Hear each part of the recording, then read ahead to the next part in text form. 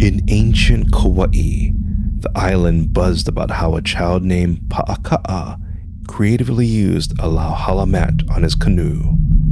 Around this time, Kaua'i's main ali'i, or ali'i nui, announced a journey to visit all of Hawaii's ali'i nuis. His voyage needed more retainers, so runners were dispatched to all of Kaua'i's villages.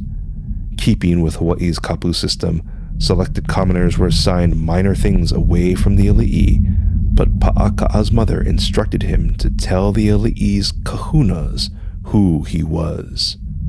The child did, and they accepted him as one of the ali'i's personal attendants, meaning his lineage allowed him direct contact with the ali'i.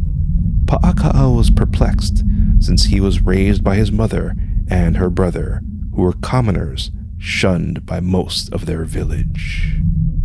The night before the expedition, Pa'aka'a asked his mother why the kahunas allowed him to interact with the ali'i and who his real father was. Thus begins your epic tale of Hawaii's wind guardians. And this is Legends from the Pacific.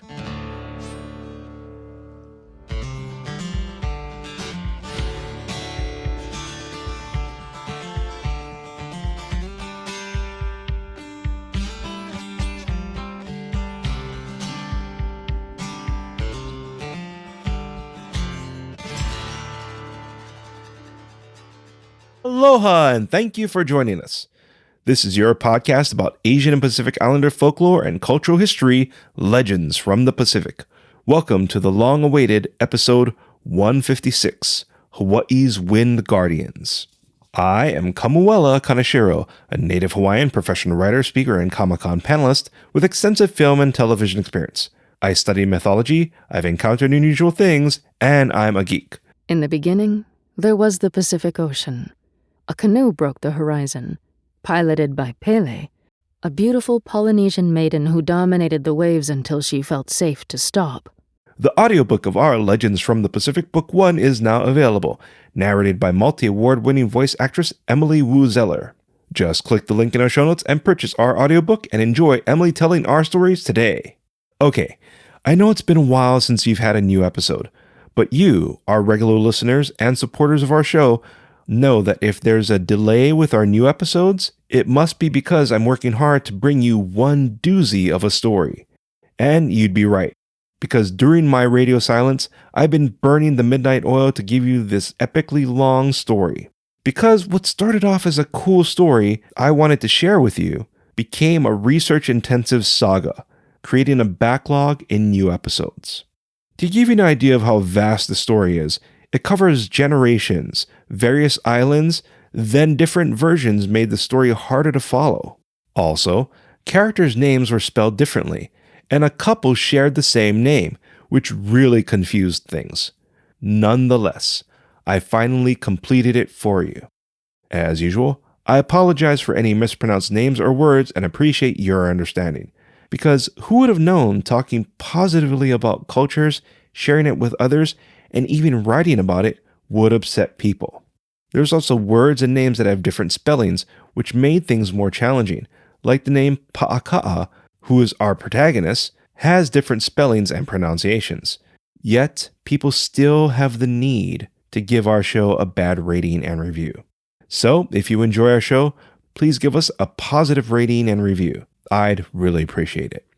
Before going further, I should note that this episode's intro seemed a bit heavy, because while this is our story's part 1, our Legends from the Pacific Patreon members got to enjoy a part 0, in addition to all the episodes at once. So please consider becoming a Legends from the Pacific Patreon member today. Speaking of which, a big mahalo nui loa to our new Patreon members, B Money, Kaua'i, Perry, Chris, Abram, Xander, and Jaden. Welcome aboard, everyone. And you too, our dear listener, can become a Legends from the Pacific Patreon member like B Money, Kaua'i, Perry, Chris, Abram, Xander, Jaden, Thistle, Christy, Charlene, Will and Ollie Geis, Christopher, Meg, Jessica Bullock, Edward Pueohenki, Felisa H., and the Makuli Guy, who support our mission of spreading Asian and Pacific Islander cultural awareness.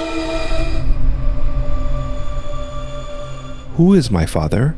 Pa'aka'a said. His mother held him. "My son, there is much I must share with you. As I told you, most of our village hates me because I was the most beautiful woman of Kaua'i. I rejected many suitors for your father. His name is Kua'anu'anu. While many think he is a drifter, he's really a powerful chamberlain, or kahu, of the Big Island's Ali'i Nui. Your father is known as the Ali'i's backbone. We met when he was enjoying time off on Kaua'i. He avoided a relationship with me, but our love was too strong. We married, and when I was pregnant, the Big Island Ali'i called for his return. I could have joined him, but we understood his duty to the Ali'i would leave no time for us. Your father told me this the night he left, and requested you be named Pa'aka'a if you were a boy. Since I rejected so many renowned suitors, my parents, your kapuna, refused to help raise you. But my brother pitied me, and we raised you, agreeing you'd call him father until you were old enough to know the truth. Now that you're part of our Ali'i Nui's detail, you will see your father on the Big Island. When you do, sit on his lap and tell him your name." Pa'aka'a's head spun. His mother retrieved a koa container covered with a kapa cloth. "I'm giving you this gourd. It belonged to your ancestor, La'a Mau Mau." Pa'aka'a's brow furrowed. "But mother, La'a Mau Mau is your name." His mother smiled. "I was named after her. La'a Mau Mau was the goddess of winds, and this gourd contains all of Hawaii's 32 winds. With this and the proper chant, you may call upon any wind you wish. But be careful, for the winds also create storms." La'a Mau Mau knew Pa'aka'a had a good memory, and she taught him the mele or chant of each wind. The next day, mother and son said goodbye, and the Kaua'i Ali'i Nui's journey began. As the procession advanced, Pa'aka'a proved a capable and resourceful retainer. While each island's Ali'i Nui was older, the Big Island Ali'i Nui was a young man who consulted with his retainer, the Ali'i's backbone, Kua'anu'anu. Pa'aka'a waited for the Ali'i's guard to pass, then ran into Kua'anu'anu's lap. "What's the meaning of this?" Kua'anu'anu said. "I am Pa'aka'a," the youngster said. "My mother is La'a Mau Mau from Kaua'i." The father embraced his son and cried. The Ali'i's guards arrived, but Kua'anu'anu explained things. The Big Island Ali'i dismissed his guards and learned Pa'aka'a was a skilled retainer. He acquired Pa'aka'a, who studied under his father, on how to look after the Big Island's Ali'i Nui. Pa'aka'a's skills were unmatched, and sent his earnings to his mother and uncle on Kaua'i. Everyone admired Kua'anu'anu, but he was older, and when he passed, Pa'aka'a became the Ali'i's backbone. Pa'aka'a gained power and respect, but enemies made lethal plans against him. Unfortunately, that's all for this episode. Trust me, this is a good place to stop in our epic. Before I go, I wanted to share some story notes. I feel this is interesting timing and am sharing a story about Hawaii's wind guardians since Tropical Storm Hone, Hurricane Gilma, and a third storm are approaching Hawaii. Nonetheless, I'll see you next week for your next installment of Hawaii's Wind Guardians. Same legends from the Pacific time, same legends from the Pacific channel. Unless you're a Patreon member, then you got to enjoy these episodes all at once.